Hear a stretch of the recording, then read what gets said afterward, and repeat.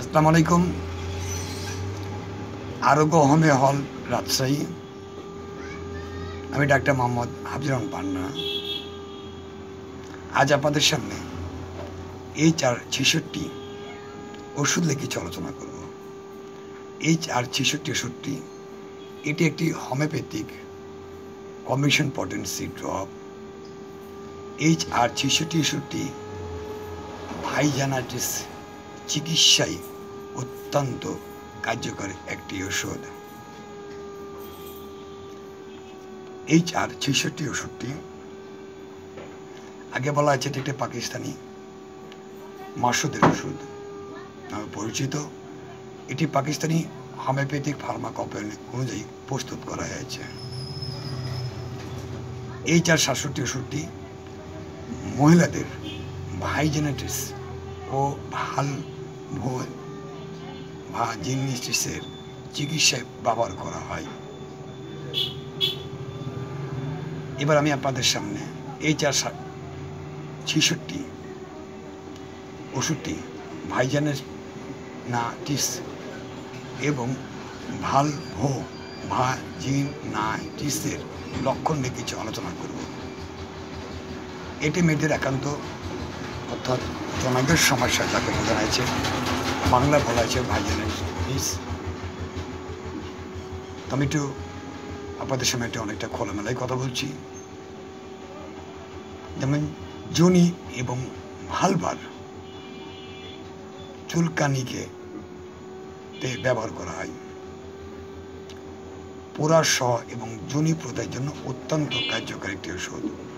মাসিক এবং হরমোনের ভারসাম্যতা বজায় রাখে। সংক্রমণের কারণে বেদনাদায়ক প্রস্রাবের ক্ষেত্রে ব্যবহার করা হয়।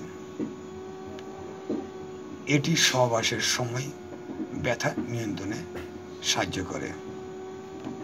অর্থাৎ এখানে বোঝানো হয়েছে যে যেসব যোনি প্রদাহ, যেটা মাসিকের সময় হরমোনের সমস্যা, সংক্রমণের কারণে ব্যথা, সহবাসের সময় জ্বালাপোড়া থাকে, এই ক্ষেত্রে HR-66 ওষুধটি অত্যন্ত কার্যকরী একটি ওষুধ। আচ্ছা, HR-66 ওষুধের ভাইজানাইটিসের ভূমিকা নিয়ে আলোচনা করব। ভাইজানাইটিস এটি একটি প্রদাহ এবং ভালভা এবং যোনি সংক্রমণ। ইয়াকে ভাইজানাইটিসও বলে। এটি একটি সাধারণ অবস্থা। এটি আপনার প্রয়োজন বছরগুলিতে প্রায়শই এটা দেখা দেয়। অর্থাৎ মেয়েদের যখন বাচ্চা হওয়ার সময় আসে, প্রয়োজন সময়, তখন এইসব সময় এই সমস্যাগুলো দেখা দেয়। আচ্ছা, এবার HR-66 ওষুধের ভাইজানাইটিসের প্রকার নিয়ে আলোচনা করব। 3টি সাধারণ ধরনের যোনি সংক্রমণ দেখা যায় মেয়েদের, যেমন খামের সংক্রমণ, ব্যাকটেরিয়াল ভাইজানাইটিস, আচ্ছা, ট্রাইকোমোনিয়াসিস। এই 3টি সমস্যা সাধারণত দেখা যায়। এবার খামের সংক্রমণ বলতে কী বলা হয়েছে এটা আলোচনা করছি। কখনো ক্যান্ডিডিয়া নামক ছত্রাকের কারণে অনেক অংশের সংক্রমণ হয়। বিভিন্ন প্রজাতির যে কোনো একটি মহিলাদের যোনিতে পর্দা সর্বদা এবং ক্যান্ডিডা থাকে, তবে অতিরিক্ত বৃদ্ধির কারণে খামের সংক্রমণ হতে পারে এবং এটি যোনি প্রদাহের লক্ষণ দেখা দেয়। এগুলো যোনি সংক্রমণ, খামের সংক্রমণ। আচ্ছা, ব্যাকটেরিয়াল ভাইজানাইটিস। আচ্ছা,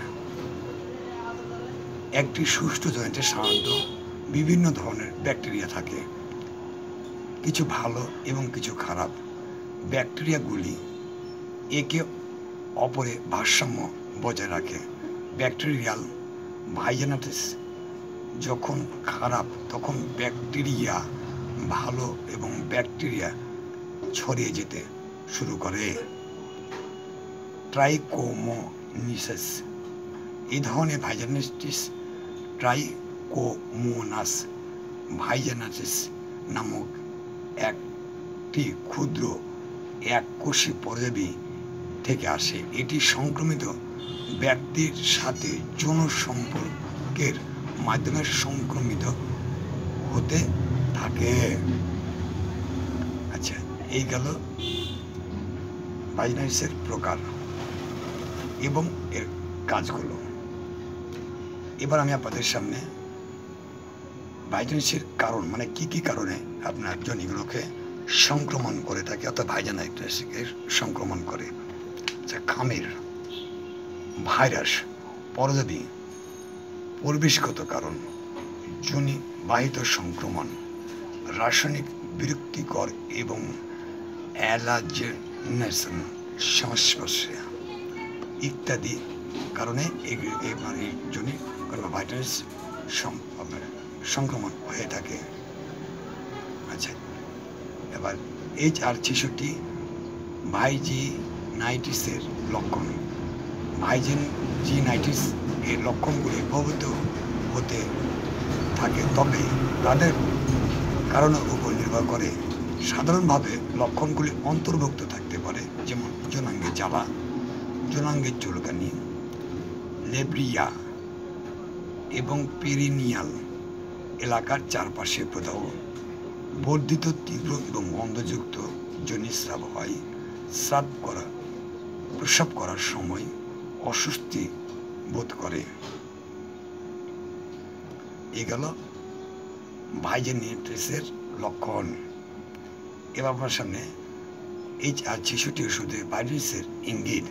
সমস্ত মহিলা যৌনাঙ্গের কার্যকরী এবং টেস্টোস্টেরন ব্যাধি নিরাময় করে। এটি একটি ভালভোগাইনাইটিস এবং ভাইজাইনাইটিসের ভালভাইটিস হরমোনজনিত ব্যাধি, ভালভার প্রিটাস, ভাইজিনসমাস ম্যাট্রিটিস এবং জ্বরের স্থানচ্যুতি ইত্যাদি। এরকম যদি সমস্যাগুলো দেখেন, যদি যৌনাঙ্গের কোনো সমস্যা দেখেন কিংবা যোনিতে কোনো সংক্রমণ দেখেন, কী কারণে সংক্রমণ হয়ে থাকে সেটা নিয়ে বিস্তারিত করেছি, তাহলে এক্ষেত্রে HR66 ওষুধটি ব্যবহার করবেন, এতে অবশ্যই সুফল পাবেন।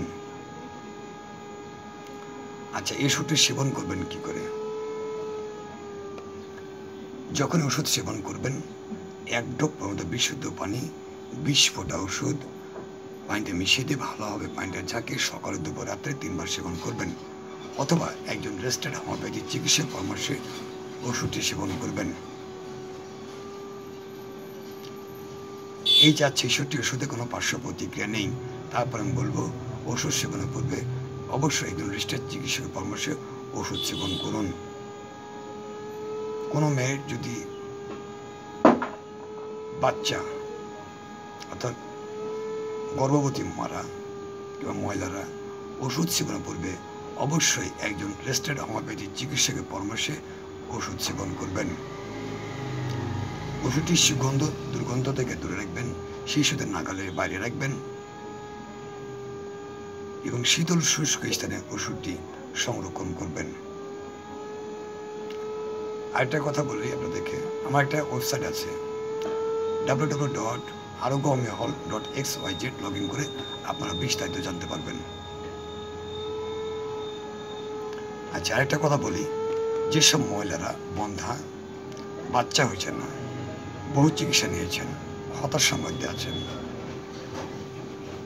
সুফল না পেয়ে দেশের বাইরেও গেছেন, কিন্তু তবুও লাভ হয়নি, আমি সেক্ষেত্রে বলছি, যদি আপনার বয়স যদি থাকে, কোনো টিউমার যদি না থাকে,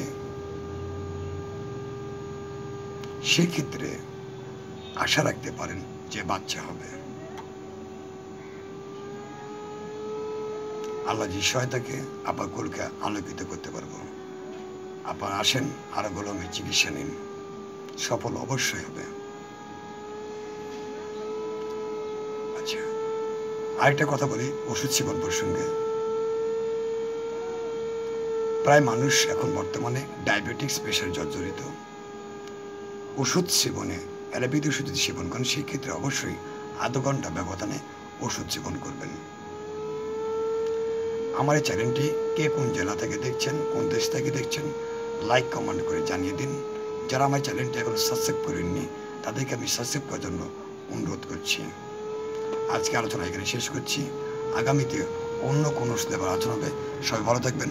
আসসালামু আলাইকুম।